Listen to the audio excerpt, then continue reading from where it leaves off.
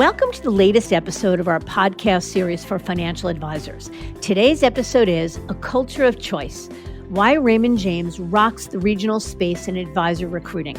It's a conversation with Tash Elwyn, President and CEO of Raymond James and Associates. I'm Mindy Diamond, and this is Mindy Diamond on Independence.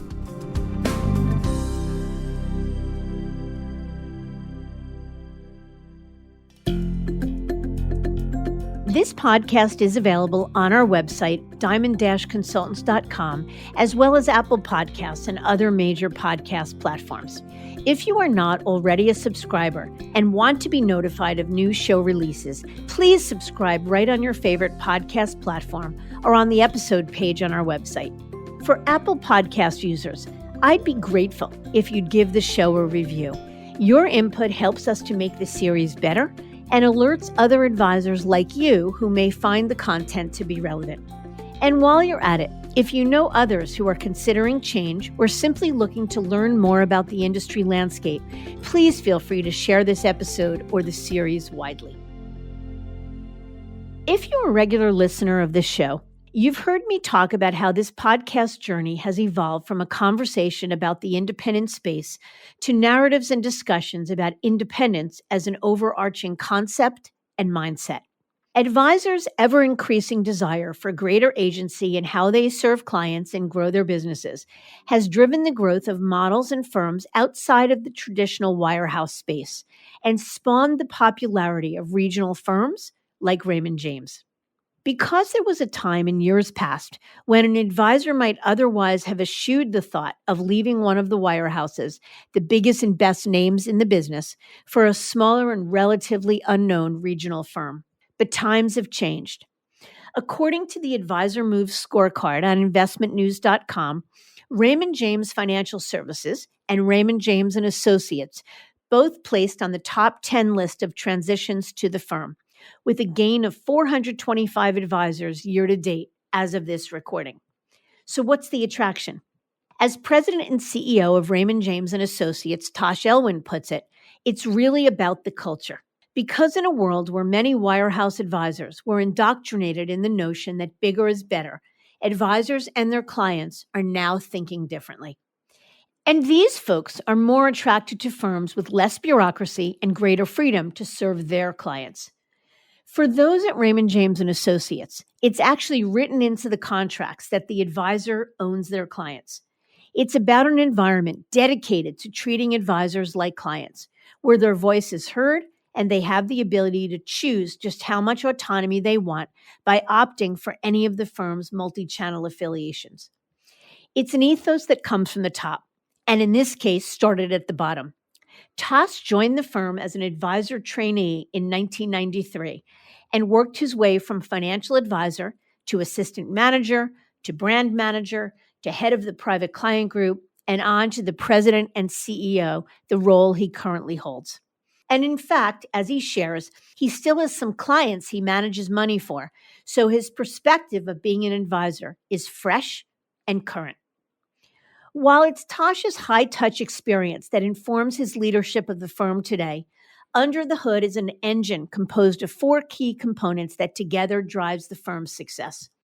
So in this episode, Tash discusses how Raymond James' core business, the private client group, capital markets, asset management, and the Raymond James Bank benefit advisors and their clients, the firm's commitment to advisor choice, including the Raymond James and Associates employee model, plus greater independence with Advisor Select, boutique firm Alex Brown, and the difference between each of their models, how the firm measures up to other firms and options in the landscape, and much more. So let's get to it.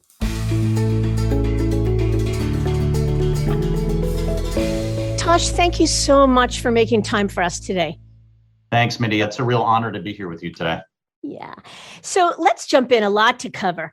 Tell us about yourself and your career path at Raymond James. I mean, I know you worked your way up from advisor trainee to branch management to the C-suite. Can you tell us a little bit about that?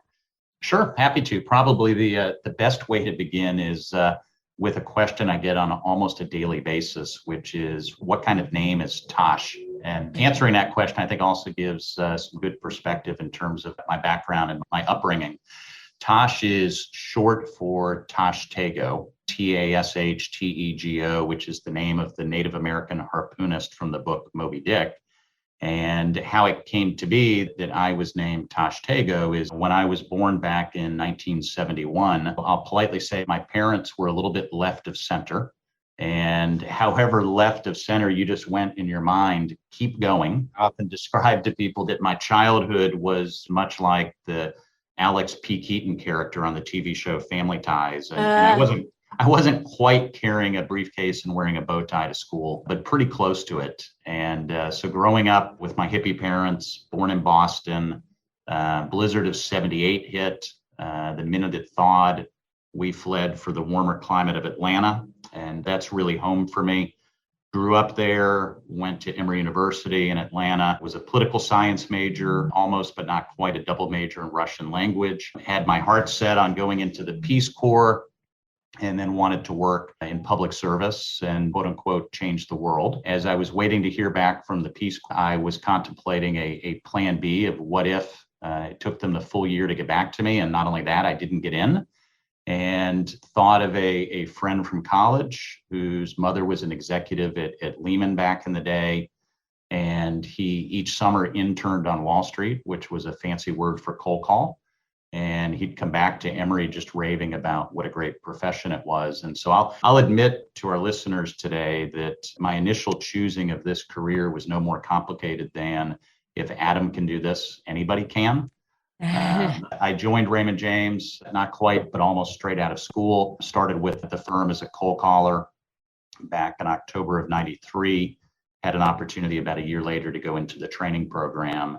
And then in the successive 28 years that I will have been here, as of this October, I have had the pleasure of being not only a financial advisor, but also an assistant manager, a branch manager, became a divisional sales manager, president of the RJA Employee Private Client Group back in 2012, and then president and CEO of the Raymond James and Associates broker-dealer about 3.5 years ago. I would also note, Mindy, that throughout the entirety of my career, I was not a financial advisor in the past tense, but rather I'm quite proud that I continue to be a financial advisor in the present tense, which I think is important in terms of really understanding the needs of our financial advisors and their clients. I still, to a large extent, being a player coach today and having great appreciation for what they do day in and day out for their clients. What a great story. Couple of things. One, as you were talking about how your desire was to change the world via the Peace Corps, I thought to myself, okay, so he didn't change the world, but he changed the financial services world. And I hope you can live with that. It sounds like you've had great success. The second thing I want to say is that I remember you telling me years ago that you still have some clients you manage money for. Is that right?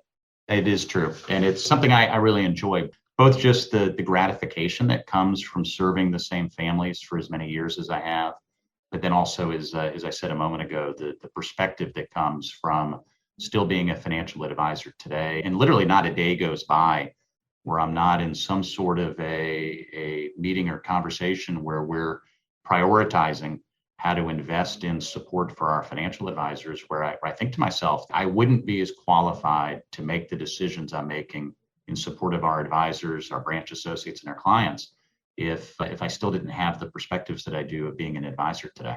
Yeah, I guess I'm just wondering, how do you find the time for it? Or how do the competing priorities of being the chief executive officer of a major broker-dealer compare to managing clients? Yeah, so a great question. Obviously, I take my responsibilities and my leadership role quite seriously. But that said, I do think that the value that comes from being able to successfully wear both hats is really important. And my clients certainly understand and appreciate the corporate responsibilities that I have from a leadership standpoint. And the relationships are very long-standing. So these are clients that I've worked with in many cases for almost the entirety of my 28-year tenure so far. Yeah.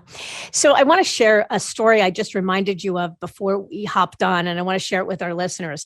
And that story is when I read that you had been promoted to president and now president and CEO of Raymond James and Associates, I had the biggest smile on my face because, as I said to you earlier today, I feel like you and I sort of grew up around this business. 25 years ago or so, when I started this business, I was a kid in the business, cold calling on my bedroom floor. You were either an assistant branch manager, I can't remember, or branch manager in the Southeast. I want to say it was Tennessee or something of the sort for Raymond James. And here you are today, 25 years later, 28 years later, and the president and CEO. So I feel pride in talking with you. Well, that's kind of you. I have very fond memories of how you and I began working together so many years ago. And you're absolutely right. I had just become a branch manager in our Chattanooga, Tennessee office after 10 years as an advisor in our Atlanta office, which is the branch that I grew up in. And you and I go way back. And I have great appreciation for all the work that we did together then, that we continue to do today. And I'll also say I certainly learned a lot from you and as well about how to support advisors that are considering a transition. Well, thank you. I appreciate the kind words. All right. So enough touchy-feely stuff. Let's talk a little bit about Raymond James specifically. So tell us a little bit about the firm's value proposition. Who and what is Raymond James today?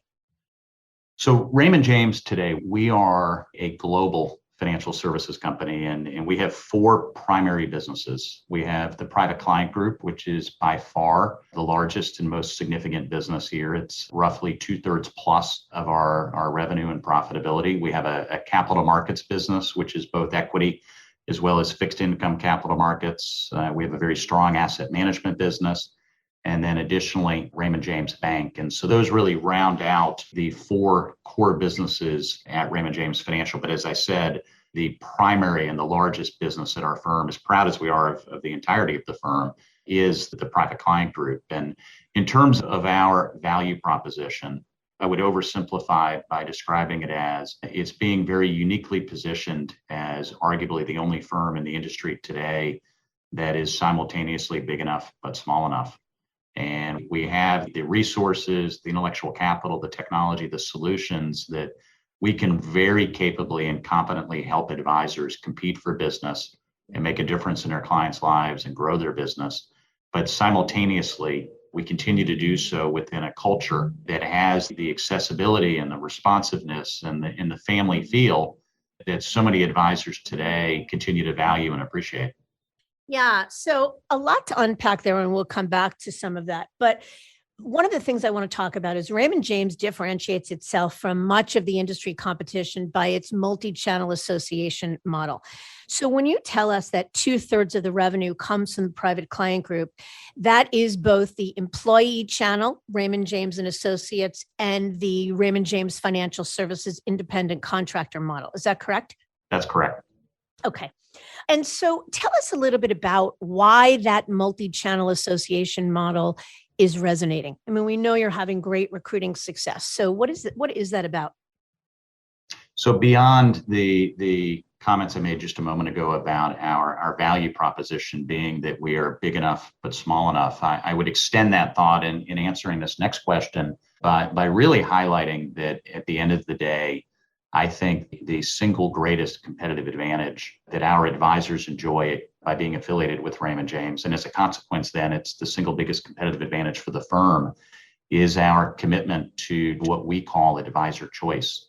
And advisor choice is a reference to our firm's unique positioning as being the only firm that offers effectively every affiliation option that the industry has created over the years, and accompanying that with both the internal choice of affiliation option as well as the external choice. And so while at a high level, we have the two broker dealers of Raymond James and Associates and Raymond James Financial Services, what we think of as the employee affiliation and the independent contractor affiliation, the optionality extends well beyond that, in that within the traditional employee Raymond James and Associates business, we have both that, the traditional employee affiliation, but then in addition to that, we offer Raymond James Advisor Select, which is an opportunity for advisors that wish to continue to benefit from all of the support of being an employee in terms of the leadership and infrastructure support from an adjacent branch manager, the benefits and turnkey accounting and payroll and HR function and so forth, but like a more independent-minded advisor, wish to have total control over their real estate decisions and their four-wall locational costs. We offer that affiliation. And then within Raymond James Financial Services, we also offer the independent contractor affiliation. We have a financial institution division for small banks and credit unions to affiliate with us as well. And then in addition to that, we have a correspondent and an RIA affiliation. And so as you look at the entirety of Raymond James, you have multiple ways to affiliate, both now and later. And I think that later is important as well, because an advisor choosing to join Raymond James in any of these affiliations, whether it's on the employee side, Raymond James and Associates, or the Alex Brown division, or join us on the independent contractor side of Raymond James, that's a today choice. But you also have the tomorrow choice internally, such that if your interests and your needs change in some way, that a different flavor of Raymond James is going to be a better fit, they benefit from that. But then I think most notably, Mindy, is the unique belief that Raymond James has that to the extent anybody owns the client, and I'm always careful to say extent because nobody owns a client per se, but functionally speaking, to the extent anybody owns the client, we believe it's the financial advisor, not the firm. And so advisor choice and multi-affiliation also extends itself to that external choice that our advisors possess as well, which we think is very important in terms of the perpetuation of our culture. Yeah. So I want to come back to the notion of ownership of client, because I agree with you. It is a game changer for Raymond James. It is hugely important. And I'd posit that as the wealth management industry has expanded and advisors in the traditional space feel less control or less agency over their professional lives, Raymond James' ethos about advisor owning client has become even more front and center. And you are right that as far as I know, you are the only firm that actually writes into the contract that the advisor owns the client. But I want to zero in on something you just said about the uniquely positioned regarding advisor choice. So take a firm like Wells Fargo, which also offers advisor choice, multiple ways to associate, from the RIA space to the bank channel, to the private client group, to Finet, which is their independent broker-dealer model. I'm not asking you to compare and contrast Raymond James to Wells Fargo, but I am wondering what goes into a firm making a decision to offer a multi-channel association, as opposed to firms that make the calculus that to do so would be cannibalizing their private client group or their W-2 advisor force. So how do you think about that? I think as you take a step back and you reflect on you said, on the calculus that goes through one's mind in terms of which affiliation options a firm is going to choose to offer, and then above and beyond that, whether they will embrace, as Raymond James has, the book ownership and the free agency. I think it all comes down to culture. And it comes down to a firm's confidence in their culture. And it's our belief that our financial advisors, and even more so financial advisors industry-wide, benefit from and deserve choice of affiliation. And that it not only benefits the advisors, but that it benefits clients as well. And that ultimately, an advisor should be empowered to choose the financial services firm that best enables them to make a difference in their clients' lives. And so at Raymond James, we have tremendous confidence and conviction in our value add, both in terms of culture as well as platform, the technology, the resources, the solutions, and so forth. We believe that our advisors' clients, and therefore our advisors as our clients, are best served by having choice of multiple affiliation options. And then, as I said, even more importantly, having external choice. And I think that's, in a very positive way, it's a put option, such that every single day we come to work at our home office and in the field knowing that we have to walk the talk every single day, and we have to add so much value to their ability to serve their clients that they would never dream of leaving. And what we unfortunately see far too often in the industry is, rather than an embracement of choice, as we've done here at Raymond James, a preference to, instead of adding value, build walls around advisors. And I think from a client-centered standpoint, that is not in the best interest of clients.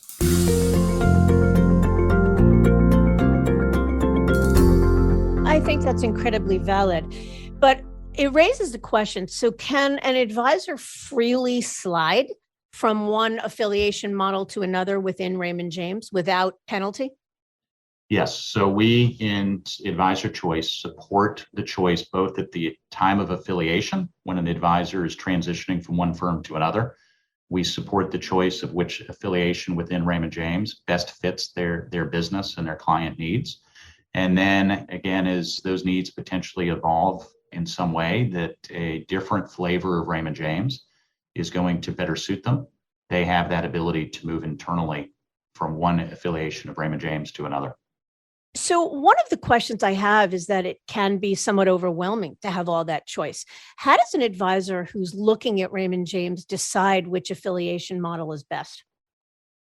So I think for an advisor exploring where best to serve their clients as they contemplate affiliating with Raymond James, I think what the most important first step is for that advisor to do their diligence with us, largely agnostic to which affiliation of Raymond James. And ubiquitous across all of those affiliations is the access to all of the technology and the services and solutions and the culture and so forth. And so I think it really behooves that advisor to first roll up their sleeves with us and really get to know the firm, the resources and the culture. And then assuming that they're as comfortable with all that they'll experience is we're confident that they will be. Then I think the second step is to really then zero in on what the lifestyle differences are from one affiliation to another and begin to understand which is going to be the best fit for them. And I said lifestyle with great intent because while oftentimes an advisor might believe that the decision to affiliate as an employee or an independent contractor is largely an economic decision, in reality, once one risk adjusts and headache adjusts, if you will, the varying responsibilities of being an employee or an independent contractor, at the end of the day, there is a risk reward differential from a P&L standpoint, and there is an economic difference from one affiliation to another.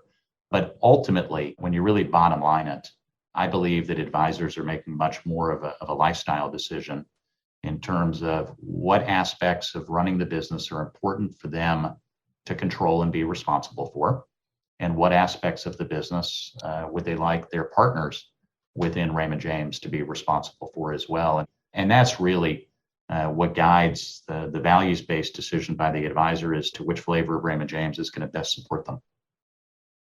Yeah. Tosh, do you think that more firms will opt for advisor choice and offer a multi-channel association option?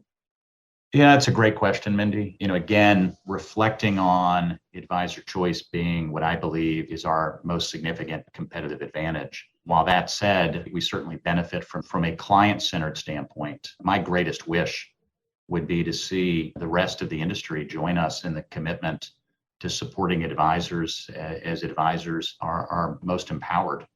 And I really believe in that value that comes from free agency of positioning an advisor to choose where their clients are best served. And so I would love nothing more than for the benefit of clients across this country than for others in the financial services industry to join us in the commitment to providing advisors with choice and providing them with book ownership. And I think most importantly, clients benefit. I think as a consequence of that, advisors will benefit. And as Raymond James has proven year in and year out, firms will benefit from supporting that choice as well. Yeah, I think that certainly advisors and clients wish the same. I'm not sure we're going to see that uniformly across the financial services industry because oftentimes that decision can come at the expense of corporate profits. And I'm not sure everyone would agree with that. We've proven that you can support choice and still be commercially successful in doing so. We have great alignment of success with our advisors in that regard. Yeah. Let me ask you a question. We have always described Raymond James as a regional firm, yet you say, it's a global financial services company with obviously clearly a national presence. So what was the genesis of the term regional firm and how has it changed over time? Yeah, so I think back to many years ago when you and I first met, Mindy, and regional versus wirehouse. I think it was really used historically as a size descriptor. And today, I think those terms of regional versus wirehouse have evolved to be used much more as a cultural reference more than anything. And we take great pride in our regional culture of accessibility and responsiveness and continuing to very much be a family at Raymond James, while we're also very proud that we have the resources and the technology that allow our financial advisors to go toe to toe when competing against any of the bigger firms to serve clients. Yeah, I agree with that. That regional, for most regional firms, doesn't really adequately describe the fact that they've got a regional presence in the South or the North or the West. It's much more of a cultural difference. So I think that's right. I want to pivot for a minute to talk about what it's like to be an advisor at Raymond James, but I want to make a statement, just clarification for our listeners. This series is called Mindy Diamond on Independence, and it's a podcast about the independent space. But as the series has evolved, we've been highlighting many firms and models that are not actually independent, but rather where the advisors are W-2 employees. But they are models like at Raymond James that offer advisors more freedom and control, more agency over their professional lives. And that's specifically, as you've put it, why we included Raymond James. So talk to us, if you would, what is it like to be an advisor at Raymond James as an employee? And what I mean by that is, so if you've got an advisor that's coming from a bigger firm, how does it differ?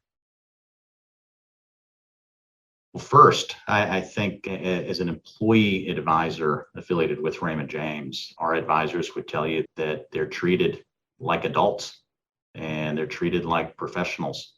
And while independence is often thought of as purely an economic decision, whether one is a W-2 or a 1099, and our advisors that are employees of Raymond James would tell you that independence also extends to their ability to serve their clients and to have tremendous choice about who they work with and whether they're going to focus primarily or exclusively on ultra high net worth or high net worth or the mass affluent. The decisions that they get to make as professionals and adults about taking on a smaller next gen client and not having any sort of economic penalties and so forth, as you see at so many other places. They benefit from having obviously the tremendous support locally from their branch and their operations managers and the home office. And then I think lastly, to be an employee advisor at Raymond James is just tremendously empowering, again, because of advisor choice and our belief that the advisor owns the book. It's, I think, a very important put option against us ever losing our way culturally. So then how does it contrast being an employee advisor at Raymond James versus being an independent at Raymond James? Yeah, it's really, as I said a moment ago, it's much more of a lifestyle decision than an economic decision about what do you want to control and what don't you want have to control or have responsibility for. And ultimately, it's about what you need to own and what you want to own as it relates to your business from a responsibility standpoint. But whether an advisor is affiliated with us as an independent contractor or affiliated with us as an employee, they have equity either way. And I think that's an important differentiator from so many of our employee model competitors in the space.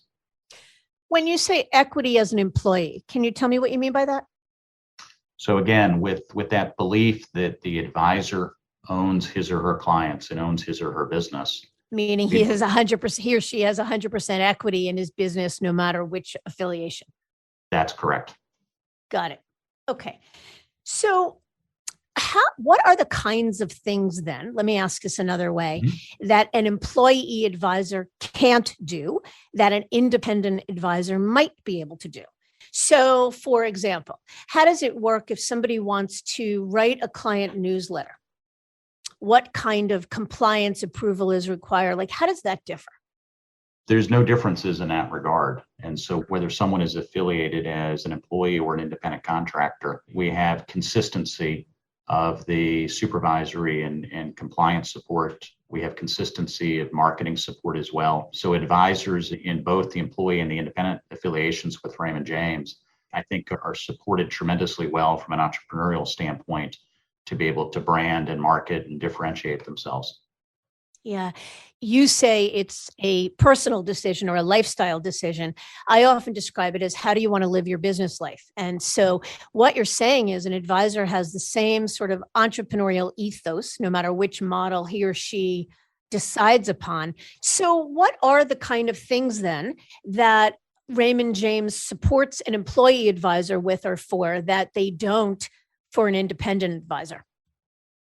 As an employee affiliated advisor with Raymond James, I think one of the significant differentiators is that you have a branch manager and an operations manager and the turnkey infrastructure and support of the entirety of a branch that can really be a tailwind in the sales of that advisor's practice and his or her ability to focus even more exclusively on their clients. And that gives them great leverage from a time and an efficiency standpoint, that they're enabled to focus their time and energy exactly where they want it to be, and not on the broader operation of the branch or the business or the infrastructure. And how about something as simple as net payout? How does it differ one to the other? And I know obviously every independent practice is different, but generally speaking. Yeah, so I think you hit the nail on the head that no two advisors are alike, and certainly no two teams or independent practices are alike either. And so it ultimately comes down to the decisions that advisors and independents are making about where and how to invest in their business. But ultimately, as I said, while there is an economic differential, as there should be from a risk reward standpoint between being an employee or an independent contractor, ultimately it's about where is that advisor best positioned in their view to support their clients and to be able to grow their business. And if there were a significant economic differential between the different affiliations, all of our advisors would be independent contractors today.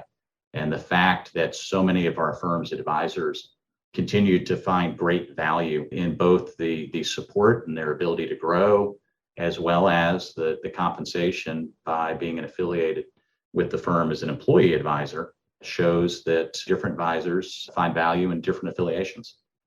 So let me ask you another question, Tosh. What are some examples of things that your advisors, and as an independent, we know they have more control everywhere, so that your W-2 advisors can do that they couldn't at bigger brokerage firms?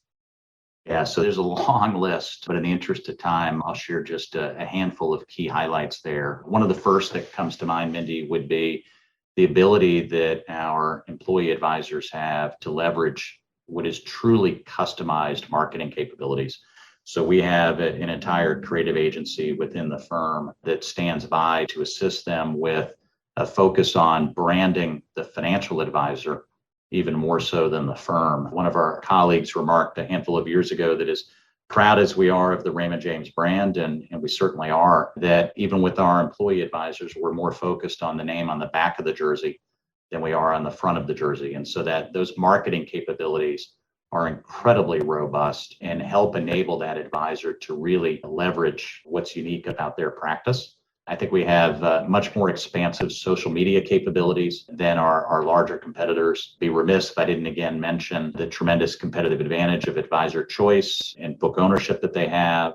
And then it's the family feel that comes from being affiliated with Raymond James. It's the accessibility to Tom James and Paul Riley and everyone on the leadership team to support them in serving their clients, and the culture that comes from being a part of this firm as well, where it truly is an environment where people lift each other up, and you see great collaboration across our branches and across the entirety of the private client group. So one of the categories of firms that has really grown in popularity of late are these boutique firms.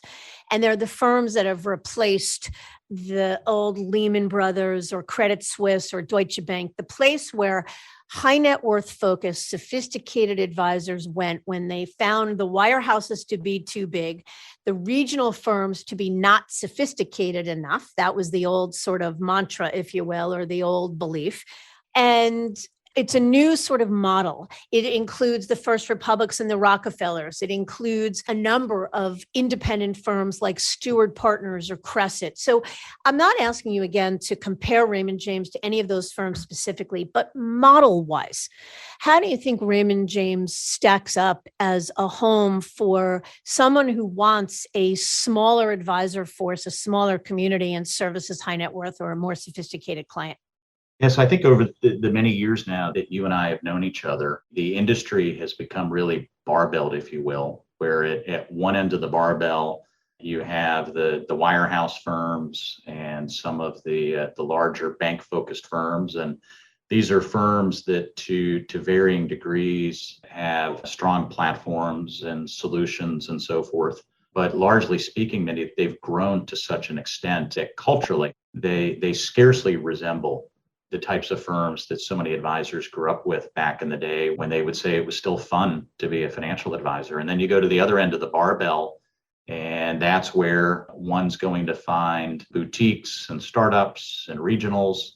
And I'll say to a large extent, at that end of the barbell, you're going to find very positive cultures that look and feel like what people once had. But the trade-off there is that so many of those firms lack the scale to really enable those financial advisors to properly serve their clients and grow their business. And so against that backdrop of this barbell, what makes Raymond James, regardless of affiliation, whether it's employee or independent, so unique is that positioning, as I described earlier, of simultaneously being large enough but small enough that we can very capably support advisors in going toe to toe to serve the needs of the most sophisticated clients in the country.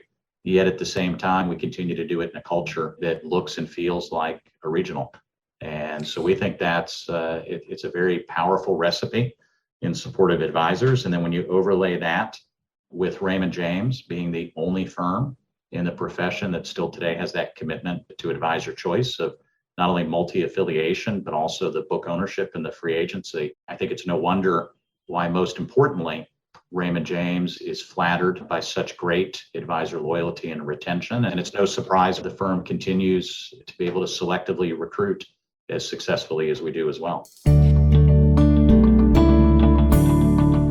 I want to get to the recruiting success, but I think what I hear you saying is that Raymond James is not your father's Raymond James. It's a very different firm than it might have been years ago. And I guess it raises the question, many still operate under the belief that regional firms are a step or two behind. So what would you say to that?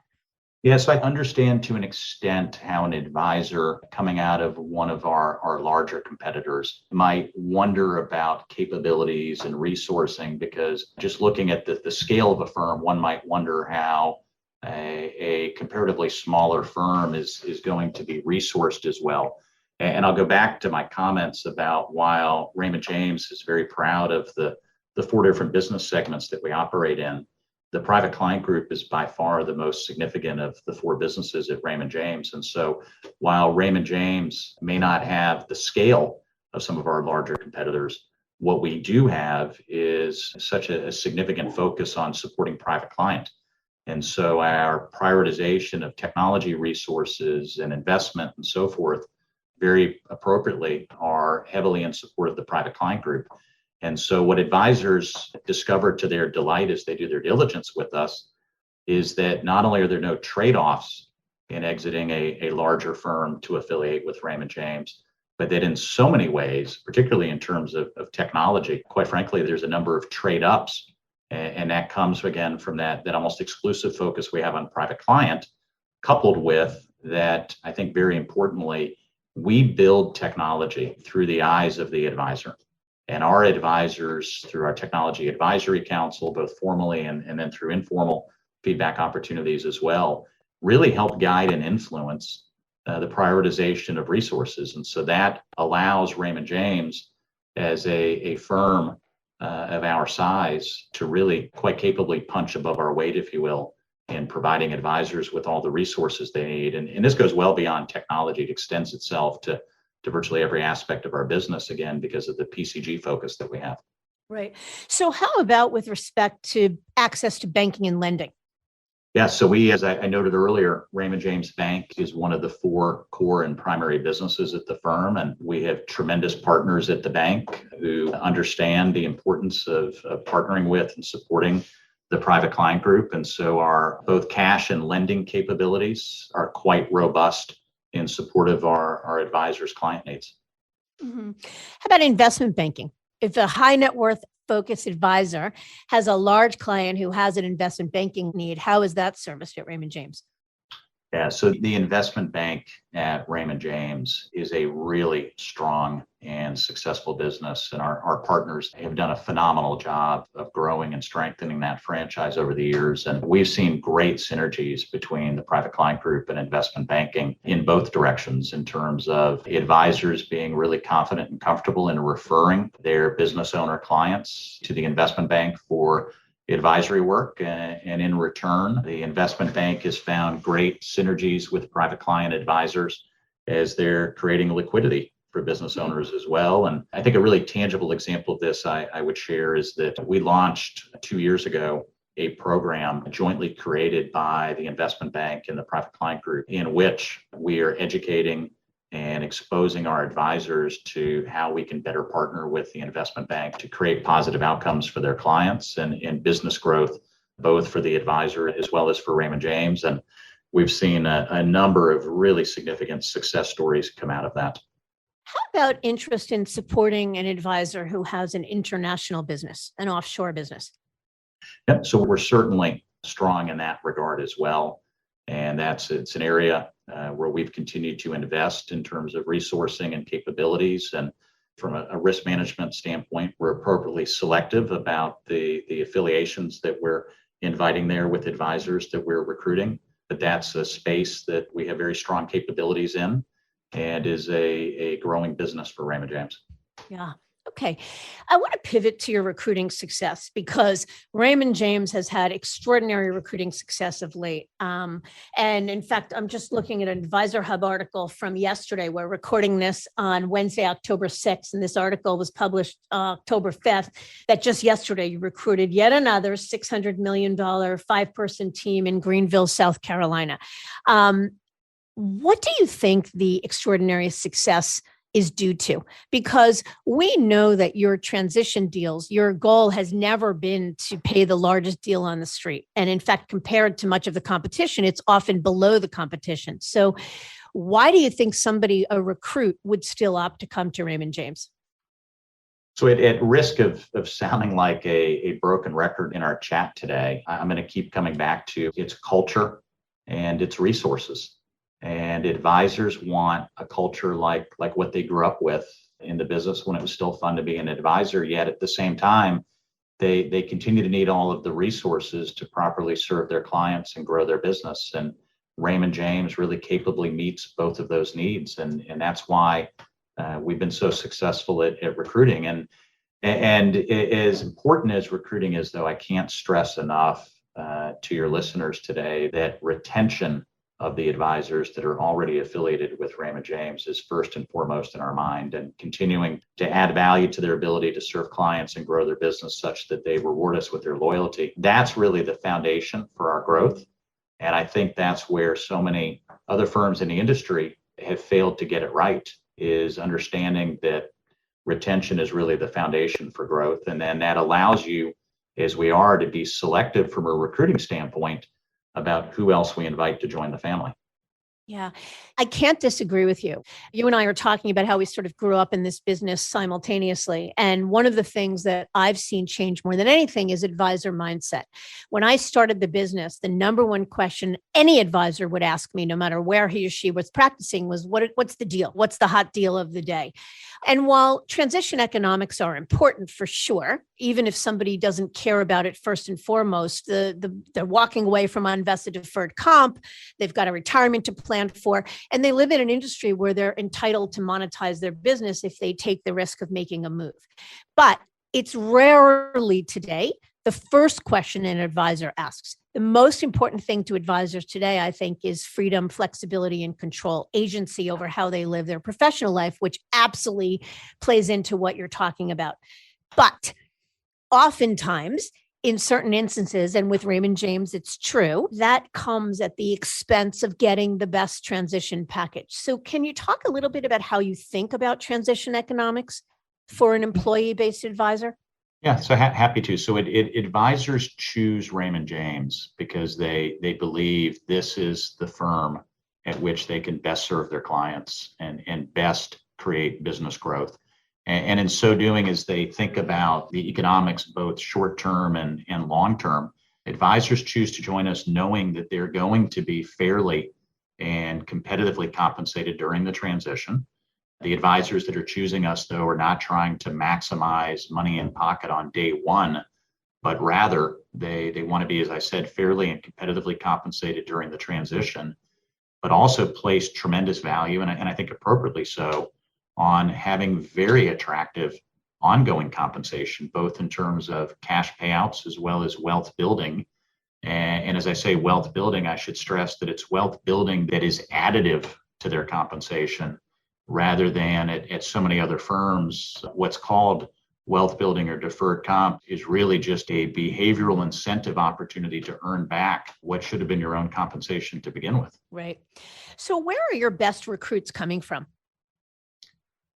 Yeah, the short answer is everywhere. We have, as you look across the entirety of Raymond James through all of our affiliation options, we have wirehouse advisors that are joining Raymond James as employees or independent contractors because they're seeking the culture that they miss and they want to regain that, the control and as you said, the agency that they may have once had, but they want to do so with no trade-offs. And in many cases, as I said, with significant trade-ups in terms of capabilities.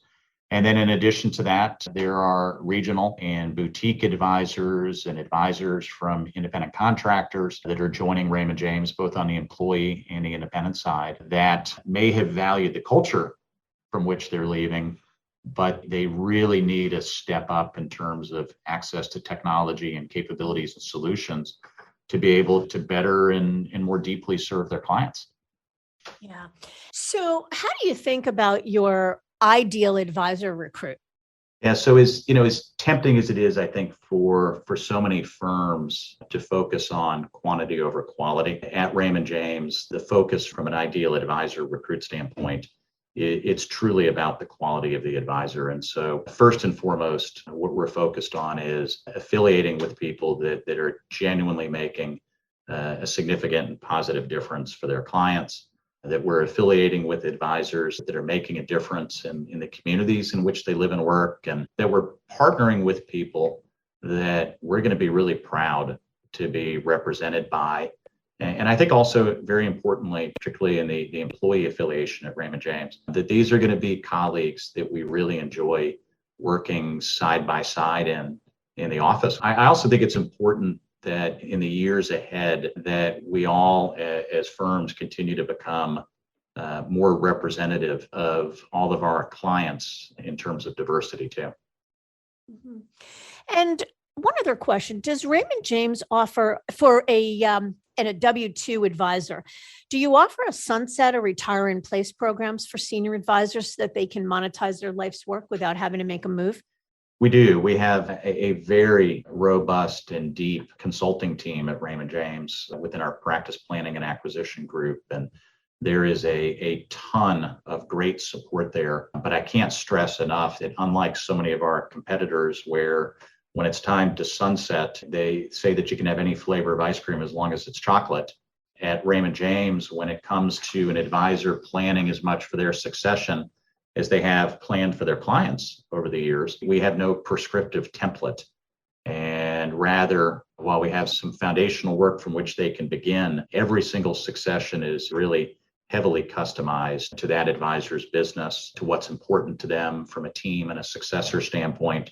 And then I think also very notably, unlike so many of our competitors, at Raymond James, the book ownership of advisor choice extends to that successor advisor as well, where ultimately, as that succession is finalized and all of the financing and economics are completed, those advisors still own that business every bit as much as a successor advisor as they do with the business that they've built themselves.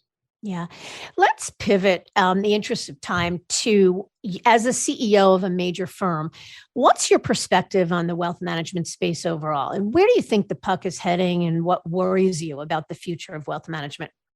Yeah, so as I think about, as I often do, where, as you said, where is the puck headed? I think that so many of our competitors, as they reflect on their economics and their P&L and so forth, they correctly see that the cost of compensating their advisors is their single biggest expense.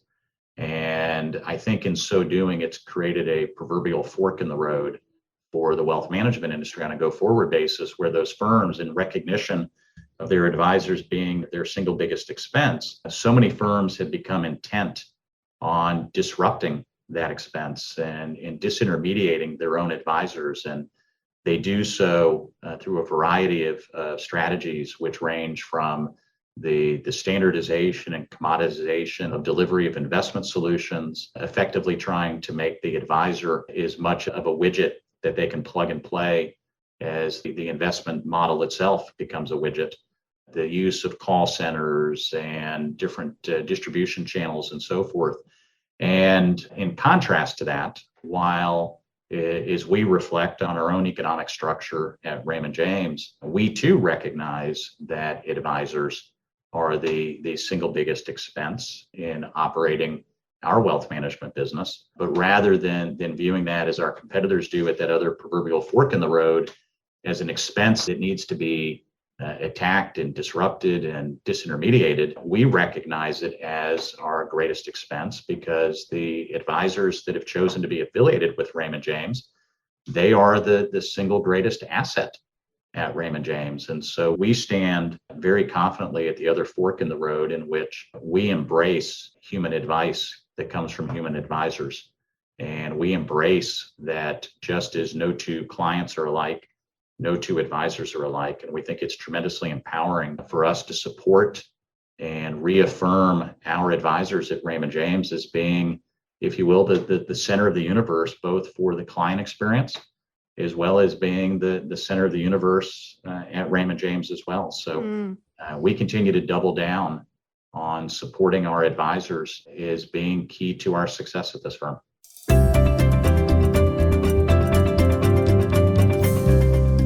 So one final question, Tash, and we'll make it a lightning round, if you will. This conversation is a unique opportunity for advisors or our listeners to hear from the CEO of a competitive firm. So I'm wondering what message you'd share with them about building their businesses or growing their teams or serving their clients. Were I on the other side of this conversation and I were a listener out in the audience, what would be important to me is making sure that I am partnered with a firm that most importantly shares my values and my principles and is as well aligned as I am as an advisor with the importance of serving clients and placing clients first. And then further making sure that I've partnered with a firm that's going to be the wind in my sails, and partnering with a firm that's going to give me all of the tools and resources and everything I need to do a terrific job of taking care of my clients and growing my business, but also that I've chosen a partner that's going to treat me like an adult and treat me like a professional and give me the ability to not only have choice and freedom, but also to build and retain the equity that I've built in my business as well. And the beauty of Raymond James is everything that I just described is every bit as true in the employee affiliation as it is the independent contractor. And I think that creates a great competitive advantage for our advisors as well as for our firm. Tash, thank you. Your perspective, your wisdom. And as I said, you and I have really grown up in this industry together, and it's been a pleasure. And I'm grateful for your time today. And we're excited to continue to watch the kinds of things Raymond James does over the years to support advisors. Thank you so much, Mindy. It was a real joy and an honor to be here with you today. And I'm grateful for the invitation.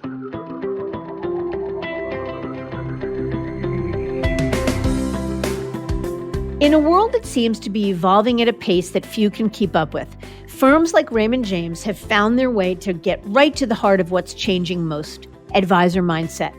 And they've proven that a firm focused on providing greater latitude and choice in how an advisor conducts business can be successful for all. I thank you for listening, and I encourage you to visit our website, diamond-consultants.com, and click on the Tools and Resources link for valuable content. You'll also find a link to subscribe for regular updates to the series. And if you're not a recipient of our weekly email, Perspectives for Advisors, click on the articles link to browse recent topics. These written pieces are an ideal way to stay informed about what's going on in the wealth management space without expending the energy that full-on exploration requires. Feel free to email or call me if you have specific questions. I can be reached at 973-476-8578. or by email at mdiamond@diamond-consultants.com. Please note that all requests are handled with complete discretion and confidentiality. And keep in mind that our services are available without cost to the advisor. See our website for more information. And again, if you enjoyed this episode, feel free to share it with a colleague who might benefit from its content. If you're listening on the Apple Podcasts app, I'd be grateful if you gave it a star rating and a review. That will let other advisors know it's a show worth their time to listen to. This is Mindy Diamond on Independence.